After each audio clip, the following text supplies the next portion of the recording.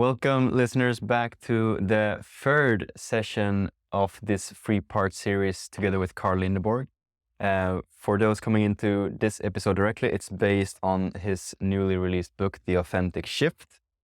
And there's three parts in this book. We've done 2 episodes so far about foundation, about deepening, and those, we recommend you to listen to those first. But nonetheless, you're welcome to this episode, and we hope you've joined us for all 3 of them. So this one is about realization, and it has to deal with key number 8 in the book about creating the future, which deals a lot about vision.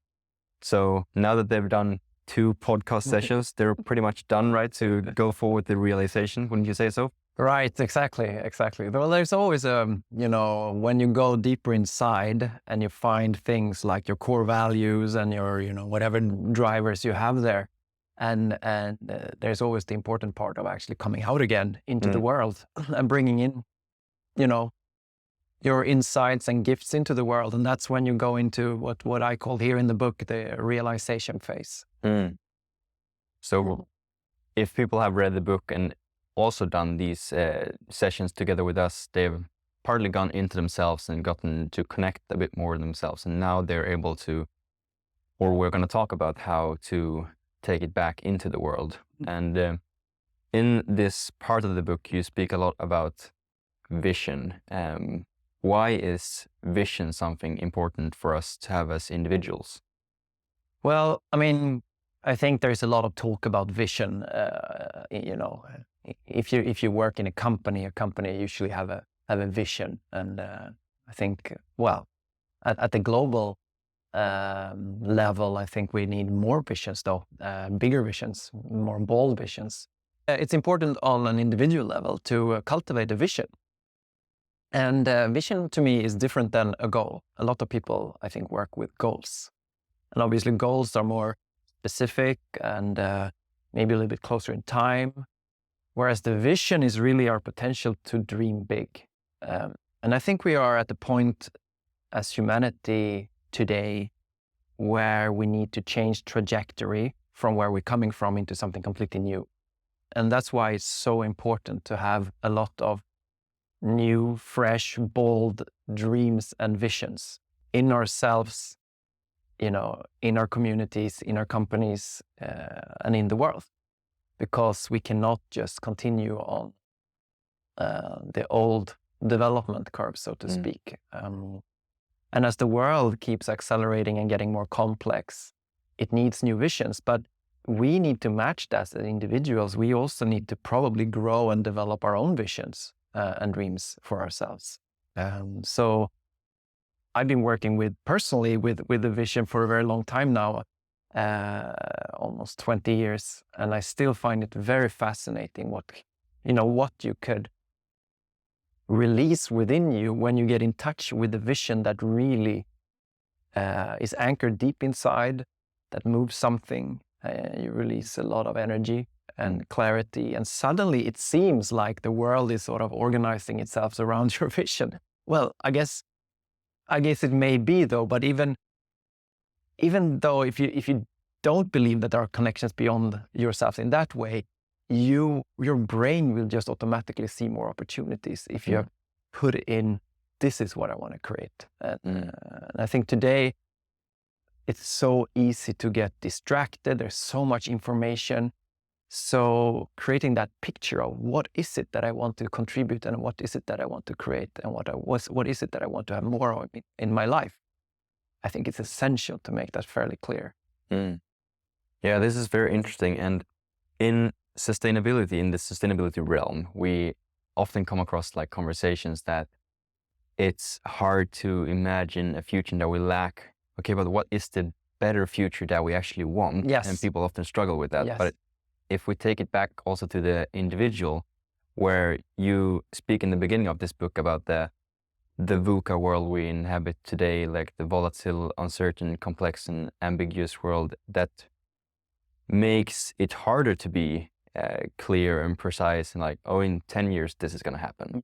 And as you mentioned, I think a lot of us are maybe inhabit in that type of paradigm of trying to predict rather than envision. And you mentioned the difference there, but is this something people find easy to do, to create a vision, or is it hard for people? Well, it depends. I think in general, I think people find it quite hard, but it's also, we have different strengths, right? Some people have a very natural, creative ability to dream into the new, whereas some other people may be extremely good with structures and goals, and so we're different. But we need both. We need the bold visions, and we also need, the path to get there. But definitely it's not easy, and it's always difficult, I think, where we are right now as a world. We need to become something we've never been before. It's very clear. And a lot of organizations I work with also need to become something they've never been before. They cannot just trust old thinking, which means that we need to dream and vision anew. And this is a very different process than, how am I going to plan my week, or, what should we prioritize of these 3 things? This is very sort of much left brain focus, whereas vision is, looking beyond the current into something that doesn't exist, which is more right brain. And I don't think we've spoken in this series about right brain versus left brains. Could you just briefly, for listeners' context, explain like the differences in general? Sure. I mean, obviously, everybody knows we have 2 halves of the brain. It's interesting; they're very separate. Even if you look at the brain, they're separated, and there's just a sort of very thick pathway in the middle of the brain that connects them, and they function very differently, right? And the left brain is the part of the brain that's very active when we go into specific problem solving, we go to planning, prioritization, goal setting, whereas the right brain is much more comfortable in a VUCA world. It's non-linear, it tolerates ambiguity much better. It doesn't need to say this is good or this is bad, which the left brain probably would like to do. So a lot of these characteristics we need to address very complex issues, as like, let's say, climate change or something, also requires a balance between these halves of the brain. And when we specifically work with vision, we are looking into that's something that doesn't exist, where there are no references really. And if you just go with your logical, linear, analytical left brain, well, that vision won't be probably very innovative and whole new thing. It will be an extrapolation of what you already know, which sometimes can be the right path to go, if you're in a good development curve. But many of us need to reinvent ourselves and our organizations and our systems regularly, and then we need to tap into that sort of right brain, very creative, very open part of ourselves, and create space there. And I believe, having worked with thousands of leaders, that's not always sort of the space we're in our daily life. We need to cultivate that as almost like a muscle. Yeah, I really share that belief that it's a muscle, and it doesn't, like, even if we think it's hard today, it can be the same, like, oh, maybe I need to train my arms more to be able to lift that weight because I haven't practiced that as much as we've dominated our thinking with the left side brain. Right. Yes. Yeah. But so if we now come into points where, like, okay, vision is important, how do we get there to have a clear personal vision, or maybe not a clear personal vision, but at least the start of something we can call a vision that can, as you mentioned, almost pull us forward? Yeah. Well, first of all, I think, as you said, the book that I've written is a holistic book of for people that really want to go deeper in themselves and do the inner work that I think is necessary in this time we live in. And the first parts of that is, of course, to go inside and see who am I really? What do I stand for? What do I want to contribute into this world? When that starts to become more clear, we can move out and say, okay, what does that look like when that manifests, right? When I realize that. And then we come into the realm of the vision. So first of all, getting in touch with yourself, clarifying, those deeper fundamentals, and then start coming out and say, what does that look like? And to me, the vision is further out in time than a goal. It's a little bit broader, and it gives us a sense of direction and meaningfulness. Since the world changes quickly, the vision probably shouldn't be fixed in time forever. I mean, it needs to be and there needs to be an aliveness in the vision. So even if the time perspective is long, we may have to adapt the vision, since the world is changing, we are changing. But I think a good vision has a few qualities. One is obviously that it's progressive. It's leading us to a place where we want to be or come one day. So it's future oriented, it's progressive, and it's positively formulated. Sometimes people get stuck in where they don't want to be. No, I don't want this, and this is bad, and we should change this. And but what do you want it to look like then? Where do you want to go? What does your life look like when you are in a place where you really, really enjoy yourself and you feel that you're in touch with your potential, when you have flow? So that's the first quality, I think, of a vision. The second one is bold. When you set a goal, you may want that goal should be fairly realistic. The vision, I guess, should be realistic to some point, but here we can stretch a bit. I think we can allow ourselves to think much bigger, because the vision, here we compare with our potential, not our past. When we set a goal, it's usually somehow an extrapolation of our past. What has been possible before, let's become a bit more ambitious, and then we'll set it here. Whereas the vision, here we need to sense into our potential, and nobody can know. You and I, we don't really know our full potential.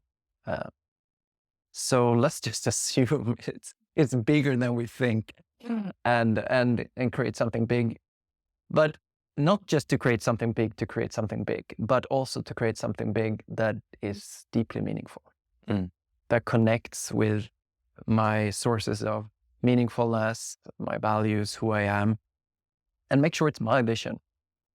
So I don't take on, the vision of my, the cultural code I'm in, or the cultural matrix I'm influenced by, or my parents' vision, or this podcast vision, or whoever's visions. It should be my vision, but that requires deep self-awareness to really feel that I know it's mine, and it's not. I'm not just running on another thing that my culture imprinted into me is important. All right. So it needs to be progressive, forward-looking. It needs to be bold and big, and it needs to feel personally meaningful. Yeah, I think, that's at least three qualities that I find important. And if you find something in that intersection, it will be this kind of magnetic force in the end that kind of pulls you towards the future. You start aligning your choices, your thinking more and more towards moving in that direction. And I sometimes say that we don't create a vision to be mentally stuck in a future that is not here, but we create a vision to get more meaningfulness to where we are, because we know why we're here and we know where we're moving. So I think a vision could paradoxically make us more present in the present moment, because we know where we're here. We don't need to think about that. That's really interesting. And I'm extrapolating a bit here, but I've heard Joe Dispenza speak about these topics a bit, and he connects neurobiology to also spiritual traditions and so forth, where he talks about our brain doesn't perceive outside reality and inside reality. So by changing the habitat that we are in, like how often we think about something, for example, it tells our brain that something is important, that something is prioritized. And I think when you write about magnetism from a vision, this is what I also think about, that we're normalizing that a bit more. We're making it more common to our entire nervous system. And I feel, for me, that's how I grasp it, that that's one of the reasons why it becomes magnetic, because it becomes part of our present reality as well. Yes, I totally agree.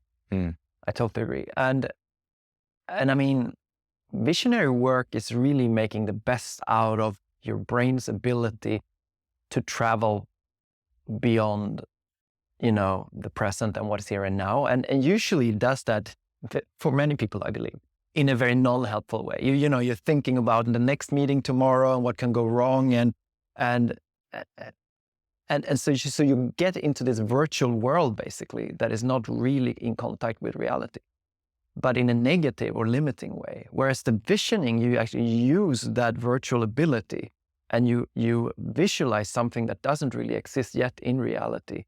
But you do it in a conscious and positive and helpful way. And by doing that, you kind of establish these patterns in your brain and your nervous system that just helps you, stay on track, see the possibilities, and suddenly, very often I perceive things starts to change. And I think even, when I work with leaders, I often ask them, in a room, how many have a clear personal vision?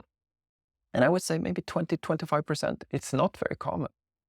A lot of people have goals, but I often think that they are sort of still an extrapolation of what's present. And sometimes that's great, but sometimes it's not enough. And we need to reinvent ourselves, and we need to be more in tune with our potential. And that's why I think it's so important to have both, goals and vision. Absolutely. And we're soon going to go into one of the audio exercises that comes with your book as well. But before we do that, I just wanted to have you talk about one point in the book as well that you have in there, which is about the direction of being, doing, and having. Yes, that's a good. What's the order of these, and what does that mean? Well, I think I will take the example that I have in the book, because many years ago I met a guy who was at a course in the US, and he told me this story that early in life he had created a vision of his life.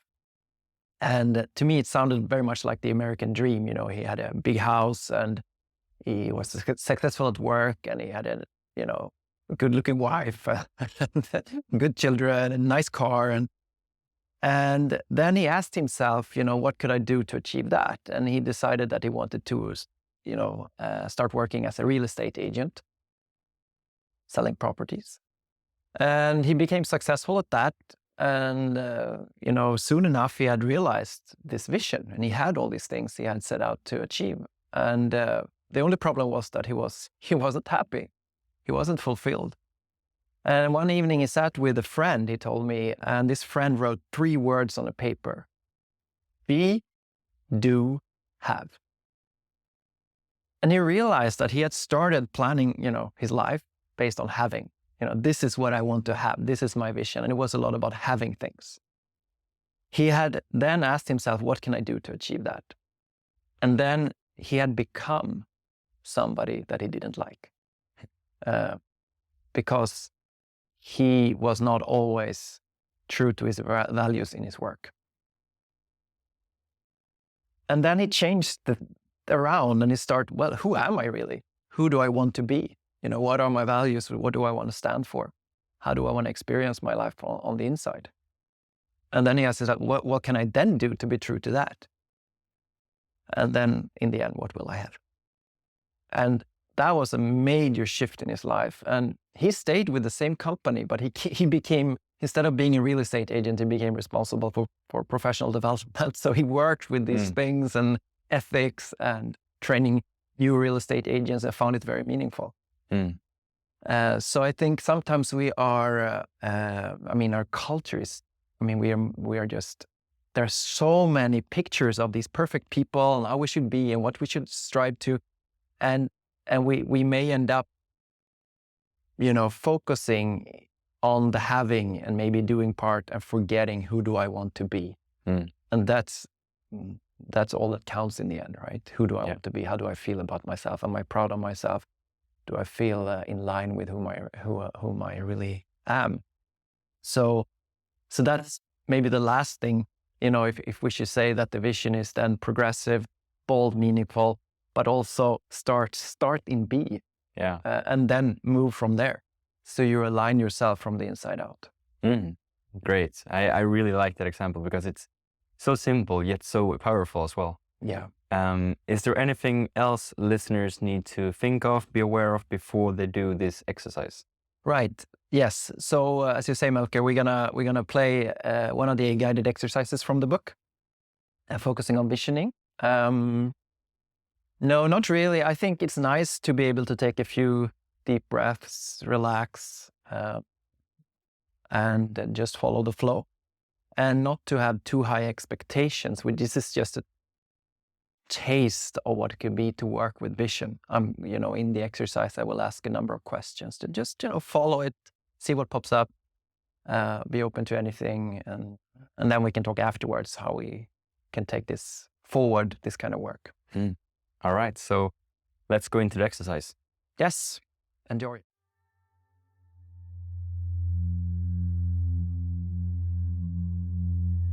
Mental workout.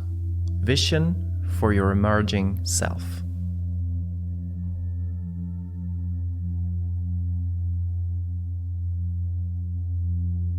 Take a few balancing breaths and focus on your heart for a minute.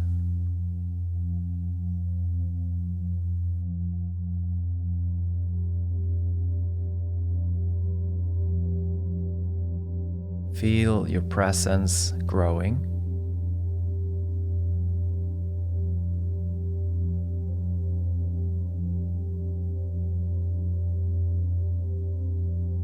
As you breathe slowly and deeply.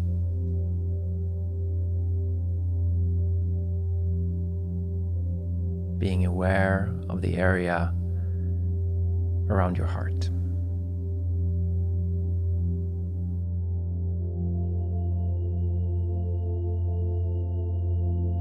Set an intention to create an attractive vision for your emerging and growing self and future life.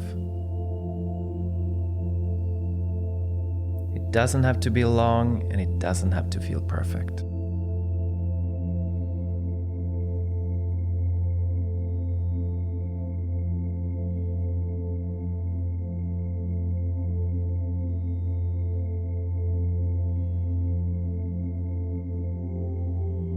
Now close your eyes and imagine that you are about to move into a wonderful future where many, many things are possible for you. A future where you have grown as a person, where there is good alignment and creative flow between your inner world and your outer world.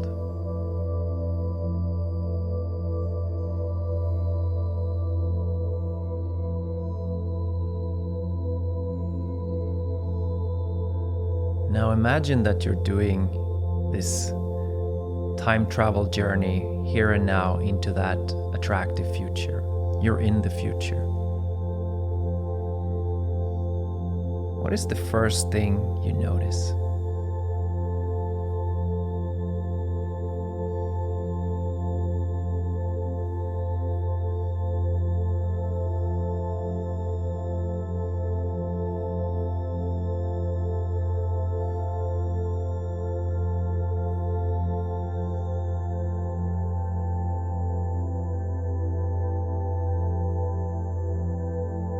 You will explore 3 dimensions of your personal vision. First one is the professional life. Second, social life and close relationships. And third one is whatever falls outside of these categories, your personal life.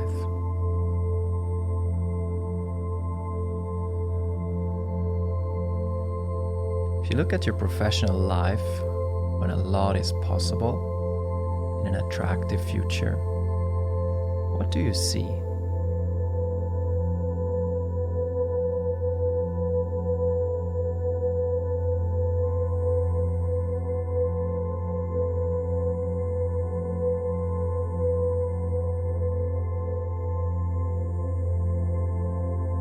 context are you in? What role are you in? How are you making a difference in the world?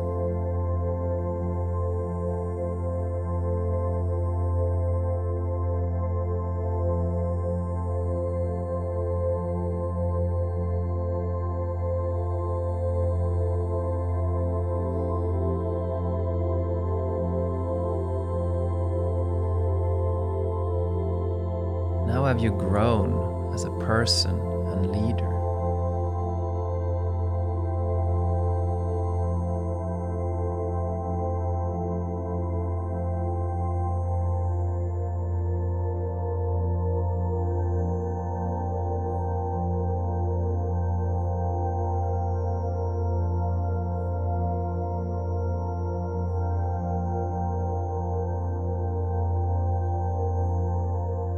Next, look at your social life in an attractive future. And look at your close relationships. What images, messages are coming to you?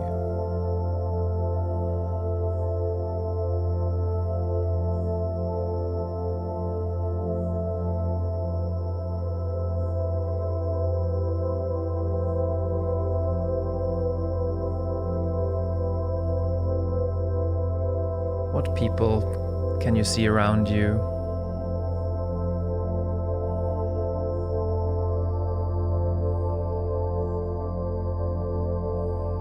How are you interacting? How are you feeling?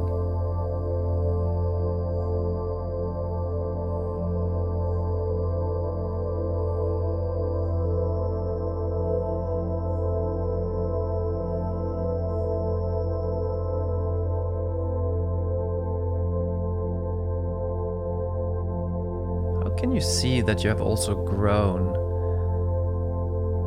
as a person in relationships?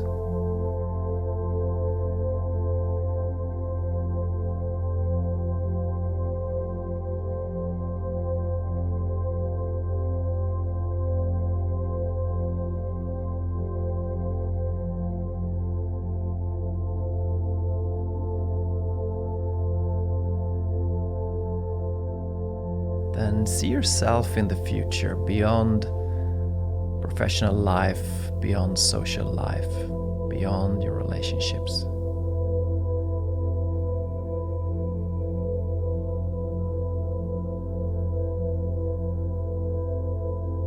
How are you taking care of yourself and your energy?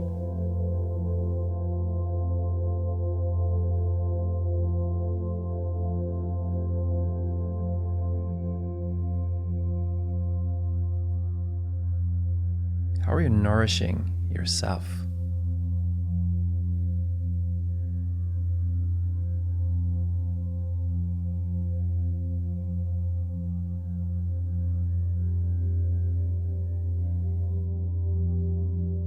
How does it feel to be you in that attractive future where a lot is possible?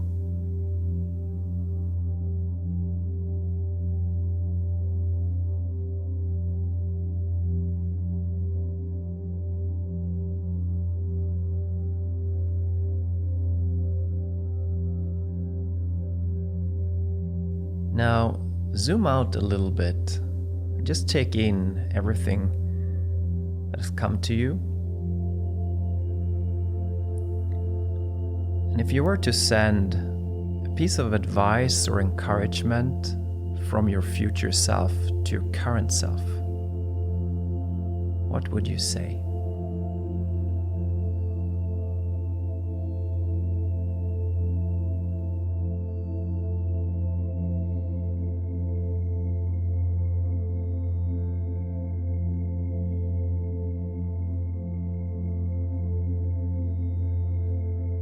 And then remind yourself that this visionary space that you have explored is a space that you can come back to at any time.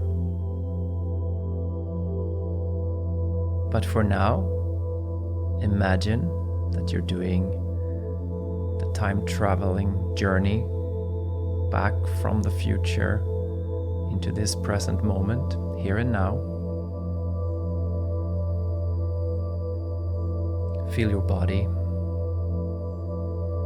Take a couple of deep breaths. And when you feel ready, you can open your eyes, come back to the room.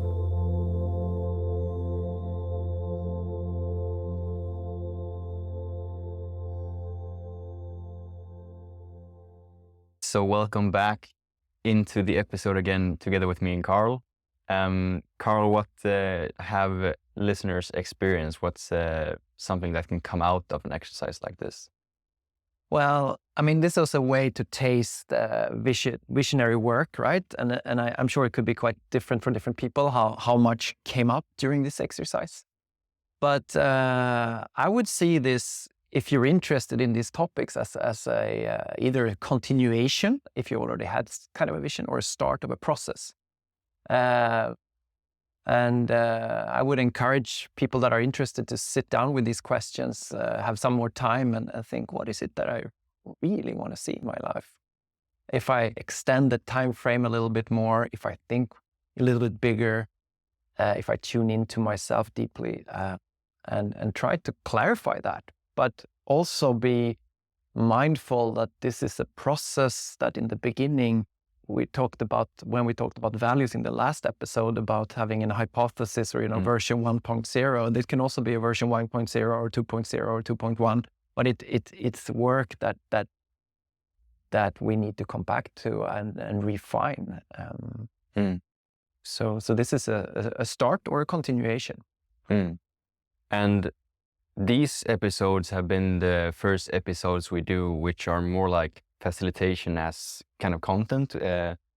And we hope to go further in that direction. But if this is also the first type of exercise work that listeners do, what are your recommendations if they undertake working with the whole of the book, or if they just step into their own personal development from a practice angle after having listened to these episodes? What are your tips about how to do that in a helpful way, and what pitfalls should you avoid? Well, I think, first of all, in the time we live in, if you really sort of distance ourselves and think about what's really going on in the world, we can see that so much change is going on and so much more change is needed, right? So, and that means, to me at least, it's very clear that we need to grow faster than ever before as human beings on the inside. And this doesn't really happen all by itself. So I think one thing is to just make up one's mind to say, I really think this inner development is very important for me. If I'm going to be sort of relevant and sustainable and powerful into this future we're facing as humanity. And if you think that, the next question is, okay, what does that mean for me? How much am I willing to invest in myself? And my advice, it's not about the volume, it's about having this at the back of one's mind regularly. I mean, doing something every week, ideally every day. But it can be 5-minute meditation in the morning, reminding myself of my vision or whatever. Or, if you like to work with this book, reading a few pages per week, sitting with some of the questions. I think there are 200 reflective questions in the book, because the book is written to be potentially life-changing for people at a certain place in their growth and development. But it's not about, reading this book or any other book from start to end as quickly as possible, but it's what do you do with the content? And that requires time and patience. And I say to readers of this book that this can be a companion for growth that you work with for 6 or 12 months. I mean, you read a few pages per week, sit with some questions, do an exercise, practice something. And this is the way we change. This is the way we grow. And as you said before, it's not enough just exposing us to content. We need to do the work. And we can do the work, either sort of let life push us into a place where we learn the hard way, or we can be more proactive in the way we do our inner work. And this is just one way of doing this. I mean, there are many. Yeah, that's great tips and just a personal reflection of, like, I don't know when this process for me started, but having done practice-based, like as I mentioned before, like changing the context of the subconscious, like what it draws from, what is my normal default setting. Just a few days ago, I had this realization of how much has shifted subtly through periods of time. And I think if I can send one thing with that is to also take up the rearview mirror every once in a while, because it can be hard to feel these shifts in yourself as just you're in the present tense. But if you look back, you can feel like, oh, now I feel something different. My normal modus operandi is different from when it was 1 year ago, 2 years ago.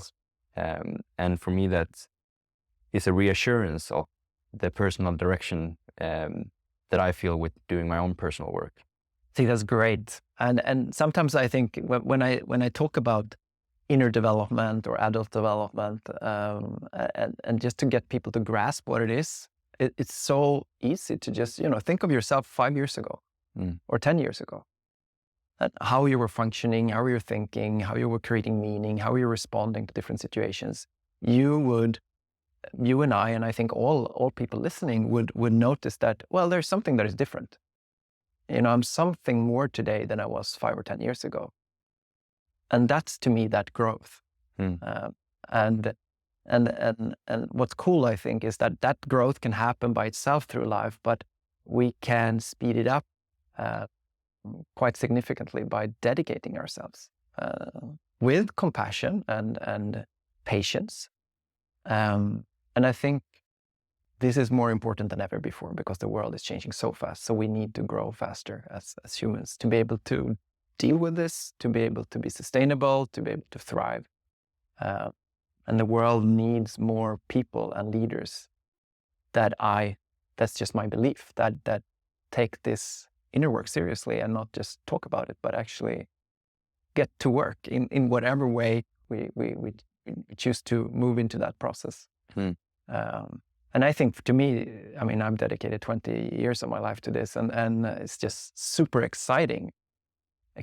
And it's comparable to going to the gym. A lot of people go to the gym, and you offset, 1, 2, 5, even 10 hours per week to physical training. And that's great. But if we took the same view on inner training, on mental training, on inner growth, we would have a very different world. And I think that's a good way of just, it's a good metaphor in that way, I think. Yeah, absolutely. So before we round off these 3 episodes, this is a new format for us, but I would still like to bring in our signature question that has been with us through the years. So, Carl, what would you like to encourage to listeners throughout this decade? Wonderful. And I think, I probably want to come back to what I just said. Yeah. First of all, to really sense deep inside you that you have great potential. I think all people really have more potential than we may know. The second thing is to dare to take on the inner work, to prioritize it, to experiment, but do it in a way that is joyful. It's not a must. Don't be hard on yourself, but also don't let go of it. Find your way. Because I think it's such an important investment for each and every one of us on an individual level, but also on the collective level. So that would probably be my final encouragement. Beautiful. Thank you. And if listeners are curious to actually do this, where can they learn more about you, your work, the book, maybe even this place? Yes. Yeah. Well, the book can be found in Sweden, a lot of listeners in Sweden, it can be found on internet bookshops. Abroad, we are working with Amazon, so hopefully it will be available soon. But otherwise, go to carllindeborg.com and you can order the book from there. I write regularly every week something new on Medium, which is a platform without advertisements and other distractions. So if you want to follow my writing there, you can go to Medium. I'm also on Instagram, LinkedIn. And also, of course, you said this place, we are in Lindeborg's Eco Retreat. We also run a retreat with courses and programs outside Nyköping in Sweden. And you can read more about what's going on here at carllindeborg.com or lindeborgs.com, which is dedicated to the retreat. Yeah, the solutions you have made here could be a podcast episode in itself as a case study, but that's for another time. Yeah, I mean, we have explored with, some pretty cool pioneering technologies when it comes to sustainable building and ecosystems and stuff. But it could be a whole podcast in itself, actually. Absolutely. But yeah, thank you so much for contributing value to our podcast and to the listeners. I'm sure this will be a very nice process for people listening and experiencing. So thank you for sharing the value you have created for the book with us today, and for being on the mission that you are. Well, thank you so much. And also thank you to you and Jonathan for, doing what you're doing with your podcast and spreading the word in the world. So, it was a pleasure being here. Thank you, Melker. Thank you.